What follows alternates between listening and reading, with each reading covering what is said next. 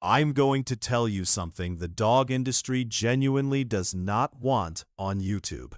The German Shepherd you bought from a breeder in Riverside, California for $1,800, the one with the papers and the photos of the parents and the breeder's assurance that it comes from protection bloodlines, there's a better than average chance that dog would do nothing if someone walked through your front door at 2 a.m. who wasn't supposed to be there. Not nothing dramatic, just nothing. Stand there. Maybe bark once. Maybe go find a corner. I know that's uncomfortable to say. I also know a lot of people watching this already suspect it, somewhere in the back of their mind, and they haven't let themselves think it clearly yet. So I'm going to say it clearly. The protection dog industry in America runs on a gap between what people believe they're buying and what most breeders are actually selling. That gap has a name in the working dog community. They call it paper protection.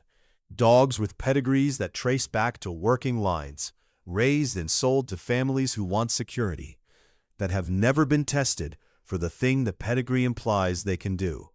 The German Shepherd is the breed I keep coming back to because it's the most egregious example of this.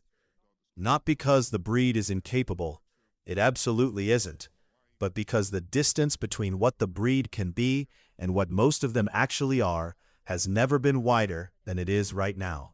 Captain Max von Stephanitz founded the German Shepherd breed in 1899 with one requirement above everything else: the dog had to work.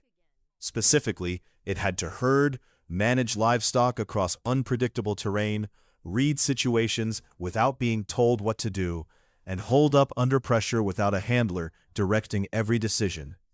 By 1914, there were 48,000 of them in German military service. Not because they were big, because they were reliable. The American showline German Shepherd of 2024 is a different animal. I don't mean that as an insult to people who love them. I mean it literally. The selective pressures that shaped the breed for the last 60 years in American show rings have prioritized gait, coat texture, and that dramatic sloped top line over the working nerve that made the breed famous. The Orthopedic Foundation for Animals puts hip dysplasia in the breed at roughly 19%, and that's the structural problem everyone knows about. The behavioral drift is the one nobody talks about. Working dog trainers who've evaluated both populations, showline American Shepherds and the working lines preserved through Schutzhund trials in Germany since 1901, describe the gap in nerve as significant.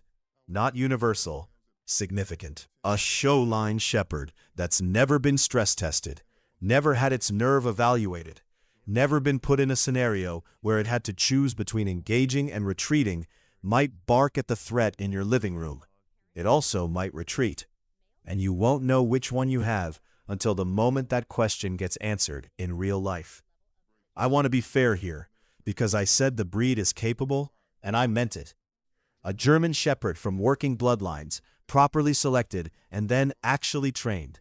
Not obedience trained, not sit and shake trained, but structured protection trained with a qualified handler, is one of the most reliable protection animals developed by humans.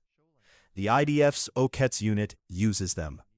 The German Federal Bundespolizei uses them.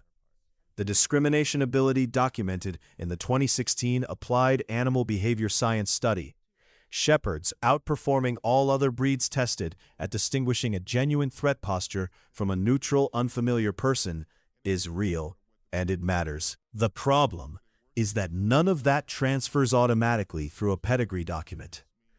I spend probably too much time reading working dog forums. Not a productive hobby. But one pattern that comes up constantly, from professional trainers, from Schutzhund competitors, from people who actually evaluate dogs for protection work, is what they describe as the bark and bluff. It's the most common protection failure mode in pet-line shepherds, and it's exactly what it sounds like. The dog barks aggressively, makes a lot of noise, looks threatening, and the moment whoever it's barking at doesn't back down, the dog shuts down. The bark was the whole move. There was nothing behind it. A 2019 survey of certified protection dog trainers published in the Journal of Veterinary Behavior, found that a significant proportion of dogs presented by owners as protection dogs, meaning owners who believed the dog would defend them, actually failed on that very point, showed insufficient drive or civil aggression to perform reliably in a genuine confrontation scenario. The trainers didn't publish specific breed breakdowns in that paper, which I find frustrating and a little suspicious, honestly. But the anecdotal evidence from those same training communities is not ambiguous about which breed shows up most in that failure category. The Doberman is another one that belongs in this conversation, and I think it's even more specific to what I'm describing because the breed's showline drift happened faster and harder than the Shepherds did. In the 1970s, the Doberman became the most registered breed in America. That registration explosion had nothing to do with working demand. It was pop culture, movies, television, a cultural moment where a sleek black dog with cropped ears meant something. Breeders who had no interest in working temperament, no testing protocol, no evaluation criteria beyond appearance, started producing Dobermans at scale. The gene pool got saturated with dogs selected for the look, not the function. The KNPV lines, Dutch police working Dobermans, bred through the Koninklijke Nederlandse Politiehond-Vereniging program, selected continuously since the early 1900s for exactly the traits the show lines lost, are genuinely different animals. Dutch police still use them. American showline Dobermans and KNPV Dobermans are connected by name and visual appearance, and almost nothing else that matters for protection work. I genuinely don't know how to fix this at the industry level, and I'm not going to pretend I do. The economics work against it.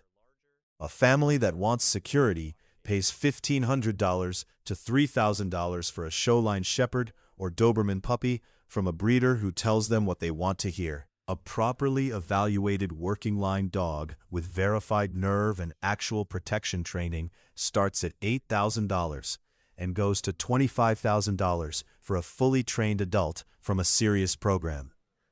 Most people aren't paying $25,000. So most people get the $1,800 dog and believe the story that comes with it.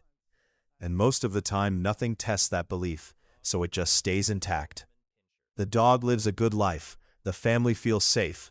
Nobody ever finds out whether the bark would have been the whole move or not. That's probably fine. Statistically, most households with a dog never needed to actually protect anyone. The bark alone deters most opportunistic crime. A 2014 PLOS ONE study found that audible large dog barking inside a home caused about 40% of surveyed individuals in simulated burglary decision-making scenarios to abandon the attempt entirely. The bark works, just not the way people think it works. The thing that bothers me, and it's petty, I'll admit that, is that the people selling these dogs know the difference. The breeders who use the phrase protection bloodlines while selling showline stock to suburban families know what those words imply, and know their dogs haven't been evaluated to that standard. It's not illegal. It's just a version of selling something that isn't what you're calling it. Most families will never know. Their dog will bark at the mailman, sleep on the couch, be loved completely, and die at 11 or 12 years old, having never been tested for the thing its papers implied it could do. That's the most common outcome. The papers meant nothing, and nobody ever found out.